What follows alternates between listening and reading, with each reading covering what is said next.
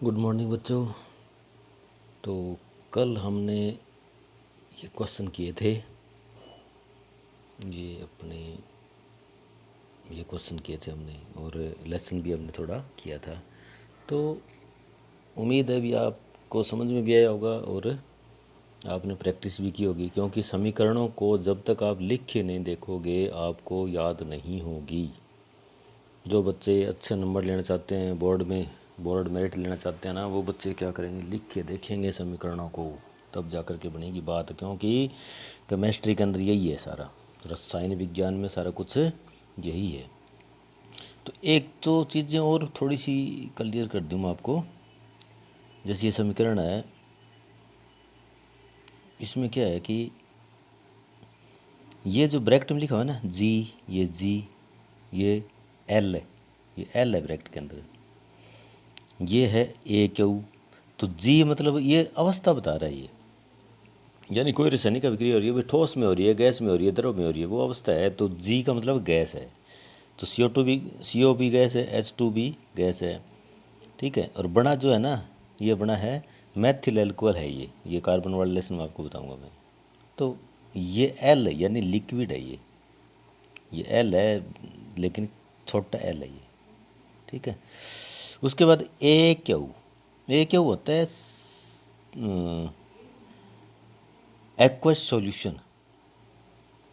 Aqueous solution मतलब जैसे नमक को पानी में मिला देते हैं तो सॉल्यूशन बन जाता है, तो उसको बोलते हैं सॉल्यूशन, एक्वस सॉल्यूशन है ये ए क्यू, ठीक है। तो ये हमें लिखने की ज़रूरत नहीं है, जब समीकरण आती है, समीकरण करते हो ना आप, तो ये अब ब्रैकेट में देने की ज़रूरत नहीं है।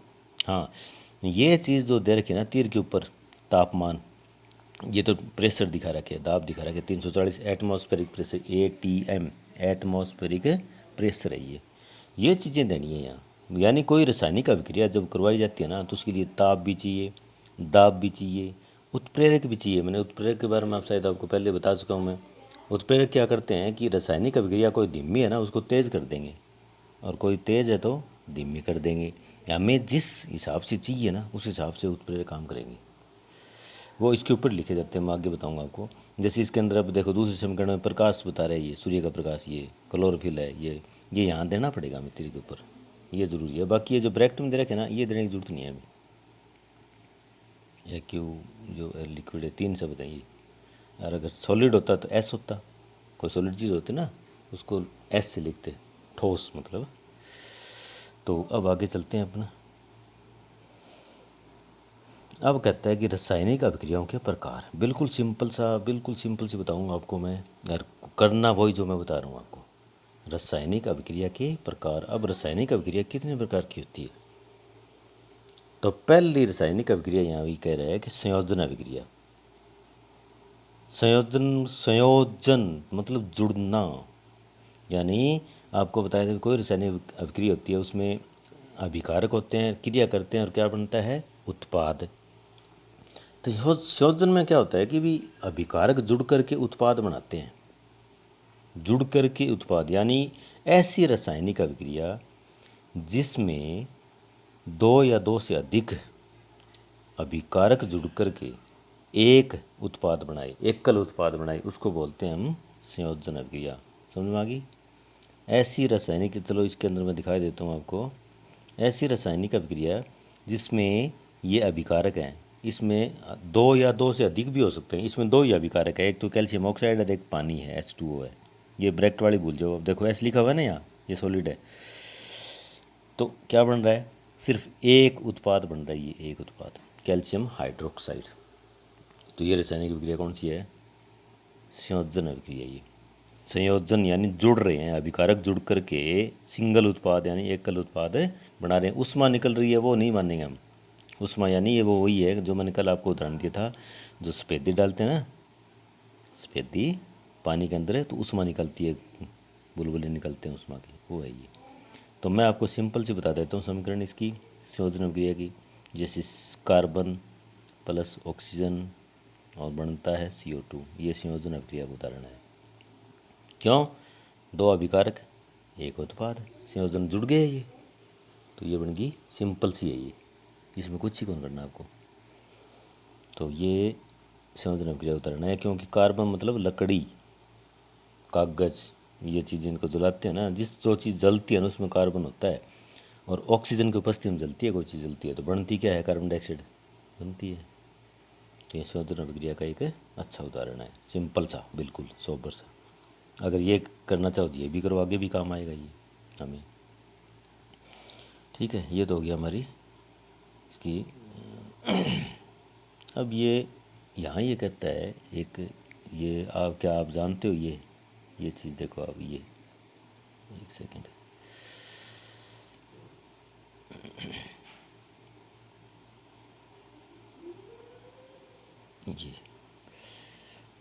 ये कहता है कि आप जानते हो, ये चीज़ देखो यहाँ, इसमें कहता है कि चूने का पानी है, उसमें डाला हमने, ये चूने का पानी दूध दिया हो जाता है, ये थोड़ा सा अलग चीज़ है ये। तो यहाँ क्या होता है कि चूने का पानी जो है वो क्या है, CaO है, उसमें हमने क्या किया, पानी डाल दिया, ये CO से बन गया। चलो मैं समीकरण आपको दिखाई देता हूँ प्रोवाइड, ये समीकरण है, ये समीकरण है, ये बन गया हमारे पास कैल्शियम हाइड्रोक्साइड। इसको हमने दीवार पे लगा दिया, सफ़ेदी कर दी हमने।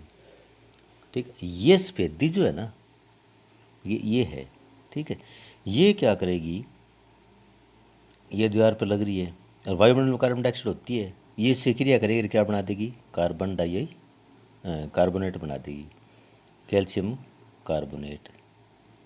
ये आगे चला गया, ये पानी है, ये तो वाटर है, ये कैल्शियम कार्बोनेट। तो इसकी वजह से कैल्शियम कार्बोनेट मतलब क्या कहता है कि चूने का पानी जो कार्बन डाइऑक्साइड गुजारते हैं ना, ये चूने का पानी कहते हैं हम, कार्बन डाइऑक्साइड गुजारते हैं ना, मैंने आपको जैव प्रक्रम में बताया था।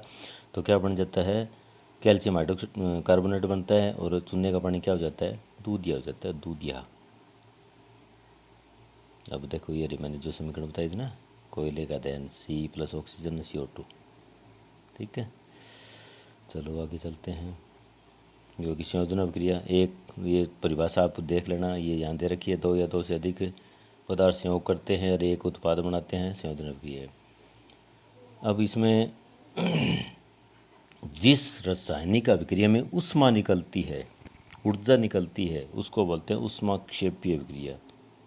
जिसमें ऊष्मा निकलती है उसको बोलते हैं ये ऊष्माक्षेपी। क्षेपी मतलब निकलना। देखो यहाँ पर ये मीथेन है, ये ऑक्सीजन है, और ये कार्बन डाइऑक्साइड बन रही है, पानी बन रहा है, और ऊर्जा निकल रही है। तो जहाँ प्लस में ऊर्जा आती है ना, वो कौन सी होती है, ये भी ऊष्माक्षेपी अभिक्रिया है, जो कार्बन वाली की थी हमने, क्योंकि कार्बन जल रहा है, ये इसको जला रहे हैं, यहाँ क्या निकलेगी, ऊष्मा निकलेगी। ये भी ऊष्माक्षेपी है जो ये ऊपर की है हमने, ये भी। तो ये आपको याद रखनी है। ऐसी रचना यानी जिसके उत्पाद के साथ ऊष्मा आए ना, वो ऊष्माक्षेपी अभिक्रिया होती है। ऐसी रासायनिक अभिक्रिया जिसमें ऊष्मा निकलती हो, गर्मी निकलती हो। तो इसका उदाहरण मैंने बता दिया। अभी आप सफ़ेदी लेकर के पानी में डाल देना, और फिर उसमें पानी, ठंडा पानी लेकर के डाल देना, वो पानी गर्म हो जाएगा, ऊष्मा निकल रही है उसमें। तो ये हो गया अपना। इस प्रकार वैसे बहुत है छोटी छोटी रासायनिक अभिक्रिया संयोजन की, जैसे पानी बनाते हैं अपन, ये रही H2 प्लस O2, ये H2, ये संयोजन अभिक्रिया का उदाहरण है। ये सारी संयोजन अभिक्रिया है जितनी, उसमें ऊर्जा निकल रही है, उसमें है ऊष्माक्षेपी अभिक्रिया, क्योंकि सब में ऊर्जा निकल रही है। यहाँ इसमें भी ऊर्जा निकल रही है। ठीक है, अब चलते हैं हम आगे। वियोजन अभिक्रिया। वियोजन क्या होती है, इसका उल्टा है, बिल्कुल विपरीत है। वियोजन का बिल्कुल उल्टा है। भी हमने क्या किया था पहले संयोजन में भी, दो या दो से अधिक अभिकारक जुड़ करके एक उत्पाद बनाए, वो क्या है, संयोजन अभिक्रिया। वियोजन क्या है कि एकल अभिकारक, एक अभिकारक टूट करके दो या दो से अधिक उत्पाद बनाए, वो कहलाता है वियोजन अभिक्रिया। तो इसमें वियोजन में अब कई प्रकार आएंगे। अब एक होता है ऊष्मा के द्वारा वियोजन। अब इसमें समीकरण थोड़ी सी यानी तोड़ना पड़ेगा हमें अभिकारक को। तो ये यहाँ ये कहता है, ये समीकरण देखो, एकल उत्पाद है, अभिकारक है, और उत्पाद क्या बन रहे हैं, दो या दो से अधिक बन रहे हैं, एक, दो, तीन उत्पाद बन रहे हैं। बिल्कुल उल्टा है इसके, अगर थोड़ा सा दिमाग लगाओगे तो आप। वियोजन, वियोजन टूटना, ठीक है। तो मैं ये नहीं दूंगा, उष्मा का आपको एक सिंपल सा उदाहरण देता हूँ। ये कैल्शियम कार्बोनेट है, ये CaCO3, इसको आप गर्म कर दो। गर्म का निशान ये होता है, गर्म करना, ये कैल्शियम कार्बोनेट, इसको गर्म कर दो आप, तो ये क्या बन जाएगा, CaO और प्लस में CO2 निकल जाएगी। ये वियोजन अभिक्रिया है, ये ऊष्मा के द्वारा हो रही है, इसको गर्म करना पड़ेगा तब ये, क्योंकि कई प्रकार के है ये, ठीक है। ये बन गई, ये वियोजन अभिक्रिया। अगर आप ये करना चाहो तो ये कर लेना आप, और नहीं तो फिर ये भी आप कर सकते हो उदाहरण के तौर पर। ये ऊष्मा के द्वारा वियोजन है, ऊष्मीय वियोजन बोलते हैं इसको, गर्म करके। अब ये एक और वियोजन आएगा अभी, अब आएगा यहाँ ये वो समीकरण आ गई ऊष्मा के द्वारा, ये जो मैंने अभी आपको बताई है, इसमें जी ये लिखना कोई ज़रूरत नहीं है। उसके बाद आता है वियोजन हमारे पास, तापन वही है ये सारा, ये भी वही है, सिर्फ आपको एक ही दो उदाहरण याद रखने हैं। अब एक आता है विद्युत के द्वारा वियोजन, विद्युत अपघटन बोलते हैं, यानी करंट लगाते हैं ना, तो कैसा होता है। इसमें क्या होता है कि जैसे ये तो प्रैक्टिकल में आपको स्कूल लगेगा तो उस टाइम बताऊँगा मैं, क्योंकि पानी को तोड़ करके हाइड्रोजन ऑक्सीजन से पानी बना है। किससे बना है, हाइड्रोजन और ऑक्सीजन से। इसी प्रकार हम हाइड्रोजन ऑक्सीजन को अलग कर सकते हैं पानी से, तो इसके लिए हम क्या करना पड़ेगा, करंट लगाना पड़ेगा, ठीक है। तो हाइड्रोजन के ऊपर क्या होता है, H+ होता है, और ऑक्सीजन पर होता है O-2, ठीक है। तो यहाँ बैटरी में आपको पता होगा अभी प्लस माइनस होते हैं, बैटरी के अंदर भी प्लस माइनस होते हैं। तो प्लस पे जाएगी ऑक्सीजन और माइनस पे जाएगी हाइड्रोजन। तो इसके लिए हम क्या करते हैं, वो चलो बाद में कराऊंगा आपको, मैं मेन बता दूँ थोड़ा। जैसे इसमें क्या होता है कि आपको ये लिखना है H2O, इसको लिखोगे यहाँ विद्युत अपघटन, विद्युत अपघटन या वियोजन। इसमें हाइड्रोजन अलग हो जाएगी, H2 + O2, ये प्लस है बीच में, ये इसको बोलते हैं विद्युत वियोजन या विद्युत अपघटन बोलते हैं। ये रहे यहाँ, ये देखो यहाँ, ठीक है। उसके बाद एक और है, प्रकाश के द्वारा वियोजन होता है। ये रहा, सूर्य के प्रकाश के द्वारा भी वियोजन होता है। जैसे शायद अब तो नहीं जानते होंगे आप, अपने पुराने जो अपने दादा दादी या पापा मम्मी जो हमसे पूछो आप, पहले जो कैमरा होते थे उनमें रील होती थी, तो उसमें नेगेटिव बनता था। हमने फ़ोटो खींच ली, उसकी नेगेटिव क्यों बनता था कि जैसे जो वाइट है तो वो ब्लैक दिखता था, जो ब्लैक वो वाइट दिखता था, यानी जो सफ़ेद है वो काला था और जो काला है वो सफ़ेद दिखता था।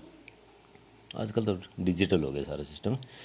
तो उस पर जो रील होती थी ना, उस पर क्या लिख होता था, AGCL होता था। अगर आपके पास पेरेंट्स बैठे होंगे अपने माता पिता, उनसे पूछ लेना, एक छोटी सी रील आती थी, कैमरे में डलती थी, उस पर होता था AGCL, यानी सिल्वर क्लोराइड, ये लगा होता था। तो फ़ोटो खींचने के बाद क्या होता था, उसको धूप में रखना पड़ता था, तो ये नेगेटिव बनता था, Ag और Cl2 अलग हो जाता था। मतलब कहने का भी अभिक्रिया हो जाती थी। देखो AgCl है था, एकल उत्पाद है, और क्या बन गए, दो बन गए। तो ये प्रकाशीय वियोजन है। ये क्या है, ये प्रकाशीय वियोजन। तो आज मैं आपको दो ही प्रकार बताऊंगा, और क्वेश्चन भी आ गए। ये क्वेश्चन आप अपने आप करोगे, मैं नहीं बताऊंगा, और कल ज़रूर जवाब दोगे आप ग्रुप के अंदर। और मैंने यूट्यूब पर भी ये चैनल बना दिया 9th और 10th के दोनों के लिए, तो आप वहाँ जाकर भी ये चीज़ देख सकते हो। ठीक है बच्चों, धन्यवाद।